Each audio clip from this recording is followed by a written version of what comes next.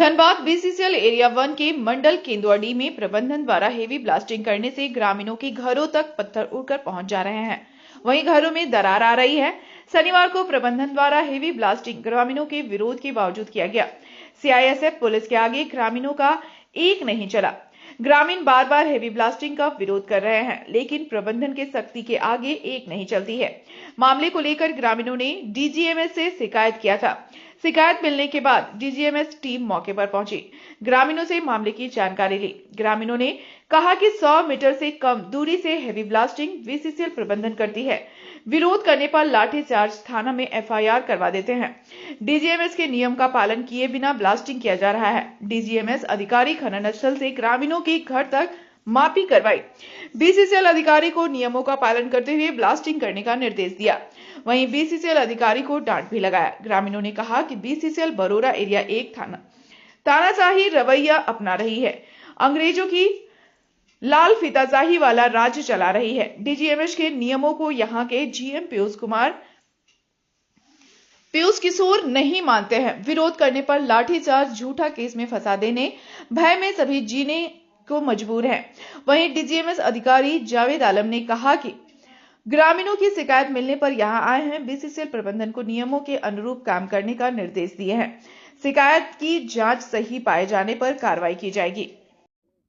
शिकायत यही था कि परसों रोज हम लोग, इससे पहले मोटा मोटी समझ जाइए कि 2015 से ही हम लोग यहाँ का शिकायत कर रहे हैं अपने मंडल केंदुआडी का विस्थापन को लेके। लेकिन परसों रोज क्या हुआ था कि जबरन बंदूक के नोक पर सीआईएसएफ को लेकर, प्रशासन को लेके ये लोग जबरन ब्लास्टिंग करवाया गया सर, बंदूक के नोक पर, जिसमें सर पत्थर भी उड़ा। एक तो दिलीप बावरी का घर है, उसमें पत्थर भी गिरा, जहां पर आदमी बच भी गया मरने से। एक रेखा देवी था, उनका माथा में भी चोट लगा, हालांकि माथा फट नहीं पाया, है ना। और उनके बाद में सर मतलब सीएसएफ मतलब एकदम लाठी चार्ज करने के लिए सर तैयार था। स्थिति तो बार बार होता है सर। इसके लिए हमने मुख्यमंत्री को, राज्यपाल को, प्रधानमंत्री को, डीसी को, एसपी को, जितने भी आला अधिकारी हैं सर, सबको हम लोगों ने ये चीज का शिकायत लिख के दिया है सर। नहीं, डीजीएमएस का ये लोग उल्लंघन करके ही टोटल काम करता है। आज जो नापी हुआ संतुष्ट है? अभी हम लोग नापी देखे नहीं है, हम लोग खुद अपने अंडरहेड से नापी करवाएंगे। लग रहा हो जाएगा। अगर डीजीएमएस जो यहाँ पर इंस्ट्रक्शन देके गया है, जो यहाँ पर बोल के गया है, जो यहाँ पर बोल के गया है, अगर उस हिसाब से करेगा तो फिर कोई दिक्कत नहीं है। लेकिन ये लोग कभी भी डीजीएमएस का बात थोड़ी ना मानता है। हाँ, अंग्रेज वाला जो शासन चलता था ना पहले, लाल फीताशाही, वही वाला चलता है यहाँ पर। पीयूष किशोर, यशवंत सिंह राजपूत, काजल सरकार यहाँ पर क्या करता है कि अगर आप किसी भी प्रकार का विरोध कर रहे हैं, तो तुरंत वो लोग एक लिख के दे देता है कि आप लोग के नाम से केस हो गया है। सरकारी कानून बात है। हाँ, जबकि हम लोग के साथ में शोषण होता है, तो शोषण का आवाज कौन नहीं उठा सकता है। संविधान में है कि इंसान अपना शोषण का आवाज उठा सकता है। पीयूष किशोर ऐसा कर दिया है कि वो जीना हराम कर दिया है। कब हम लोग मरेंगे, कब हम लोग का जिंदगी क्या होगा, उसको कोई नहीं जानता। जिस तरह से हेवी ब्लास्टिंग किया जाता है, नीचे नीचे पूरा खाई है, घर टूट फूट गया है, दीवार क्रैक हो गया है, करकट टूट गया है।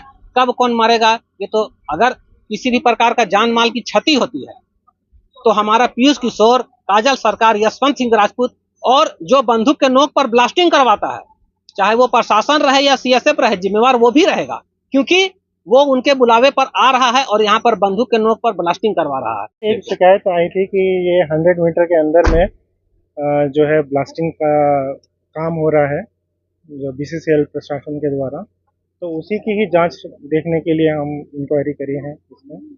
और यहाँ पे जो मिला है उसी हिसाब से हमने एक डिसीजन लिया है, क्योंकि जो बहुत बड़ा कन्फ्यूज़न था कि किसकी ज़मीन है और कहाँ क्या कितना ब्लास्टिंग करना है नहीं करना, तो उस हिसाब से हमने 100 मीटर की एक दागी मरवाई है।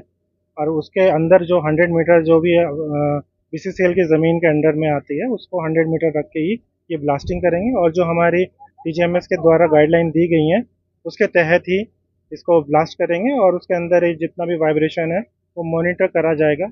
और वो एक जो डीजीएमएस गाइडलाइन के द्वारा दी जाती है वाइब्रेशन लिमिट, उसके विदिन ही रहना चाहिए। वो हम अभी लाइन लगाएंगे, उसके बाद में ही पता चल पाएगा कि वो दायरे में है या कहाँ पर है। तो वो लाइन लगाने का ही काम अभी जो है हम नीचे जाके देखेंगे। कुछ घरों में दरारें भी आई। शिकायत भी ग्रामीण हाँ बिल्कुल, वो देखा गया है। अब इसकी तो पूरी जांच पड़ताल कर ही रहे हैं हम कि कहाँ से हुआ है ये, और जो भी है अब आगे के जब फ्यूचर के हिसाब से हमने यही निर्णय लिया है कि जिससे कि गांव वाले और प्रशासन जो ये अपना बीसीसीएल का प्रशासन है तो उनका एक तालमेल मिल जाए। एक जो कन्फ्यूज़न था रिगार्डिंग लेके, तो उस कन्फ्यूज़न को ख़त्म करने के लिए ही एक 100 मीटर की जो दायरा है वो खींचा जा रहा है। सर गाइडलाइन में कुछ कमियां है तो फिर क्या कार्रवाई? उसके लिए उल्लंघन पत्र दिया जाता है, वायलेशन लेटर दिया जाता है मैनेजमेंट को। ठीक है, मैनेजमेंट से सवाल किया जाता है, उसके हिसाब से फिर उसको उसका कंप्लायंस है, कंप्लायंस का रिपोर्ट सबमिट करा जाता है। इसका बहुत बड़ा कन्फ्यूज़न है जो मैंने यहाँ के ग्रामीणों से और बीसीसीएल के प्रशासन से पता करा है। तो जिसके लैंड पे है वो एक विवादित एरिया है, तो इस विवादित ज़मीन पर है, और चूँकि ये कोई स्ट्रक्चर फंक्शन नहीं है तो इसमें अभी कहना असंभव है। इसको राज्य सरकार के हिसाब से इसको जितना जो भी कन्फ्यूज़न है वो क्रिएट को ख़त्म करना चाहिए कि किसकी ज़मीन पे है, और उस हिसाब से फिर इसके ऊपर कदम लिया जाएगा।